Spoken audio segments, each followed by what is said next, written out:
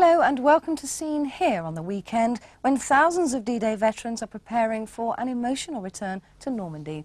World leaders are already congregating for the international ceremonies, but the 50th anniversary of D-Day will belong to survivors on both sides of the Channel.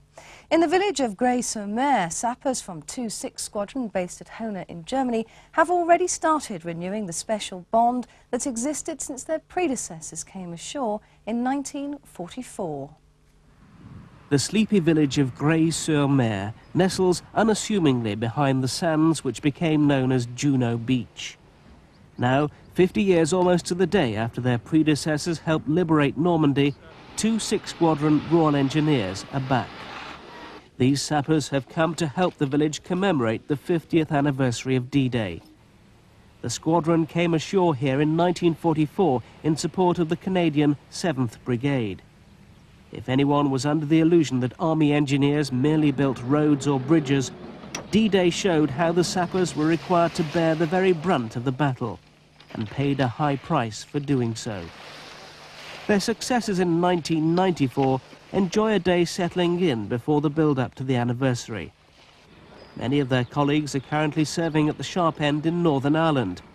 Over the next week, their rear party here in Normandy will discover what the sharp end was like in 1944. The squadron have been back regularly for almost 20 years to look after 1 Charlie.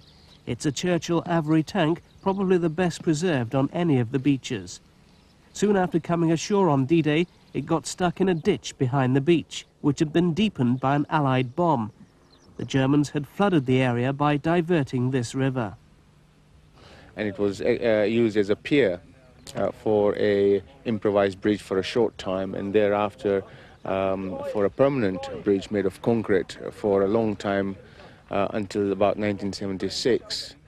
In 1976, the squadron came back here to retrieve the vehicle from the ditch. With the help of the local villagers, got it all cleaned up and put back on this plinth as it stands today. In fact, 1 Charlie is in a better state than most of the vehicles that are on these beaches in Normandy. I understand there was a bit of food left in there as well. Yes, there was. Funny enough, there was a tin of corned beef found in there, and I am told it was still edible after 35 years. So, hooray for corn dog. There's no disguising the delight of Michel Grimaud, the mayor, in having the squadron back for the anniversary. As he readily tells you, it's practically the only British unit to land on Juno to still exist. When the bombings at night, there were bombings from the German planes after D-Day, we spent the evenings with the British soldiers until 1 or 2, until the planes came, and we made cakes with army biscuits and chocolate and butter. We could find it. It was more easy then, and we had very good sitting ups together. It may look like just another road connecting village with beach, but it was over the improvised bridge which stood on this spot that Sir Winston Churchill, General de Gaulle and King George VI arrived for the first time on liberated French soil. Veteran William Brown landed on Juno as a medic attached to the Royal Engineers. He holds the present-day sappers spellbound with his stories of D-Day. He still carries around with him his original landing papers and service book. Whoever was in charge of the troops, he said, come on now, over there, don't bloody waste your time. He said, go on, get over. We went down a rope ladder into the sea. It was only probably bad. In our case, we were lucky. It was about 1 foot deep, the water, maybe 2 feet. And we landed on the beach, and we got up there, and we got it with our sergeant in our unit. And we walked up the beach, and there, as we got up the beach, there's a great big sand dune here, and the beach was like probably about 2 or 3 miles across. We walked to the beach. Coming down on the left-hand side, there was a load of prisoners, and a couple of military police there with them, bringing them down there.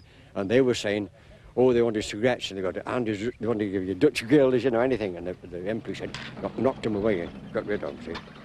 We were allocated to go in a big house just off the seafront. And I'm sure it was Grey-Sur-Mer. It was a great big house there, it was. I remember it very well. And we went in this big house. There's about 16 of us, I suppose, 16 of us.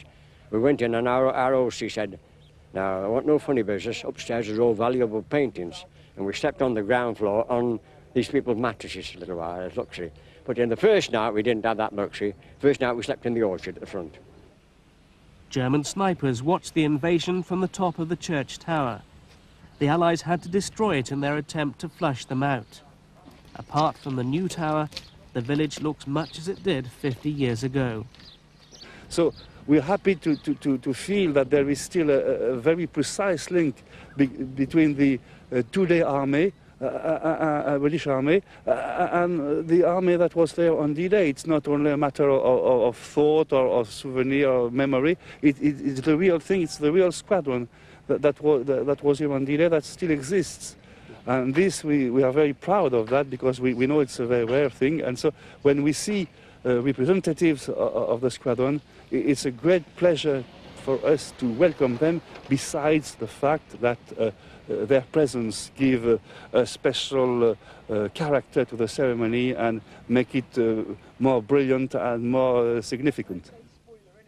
Seeing the British sappers working on the tank, the same age as those who gave their lives on D-Day, brings out an emotional response in veterans and villagers alike. A catalyst bringing those memories flooding back. The world's attention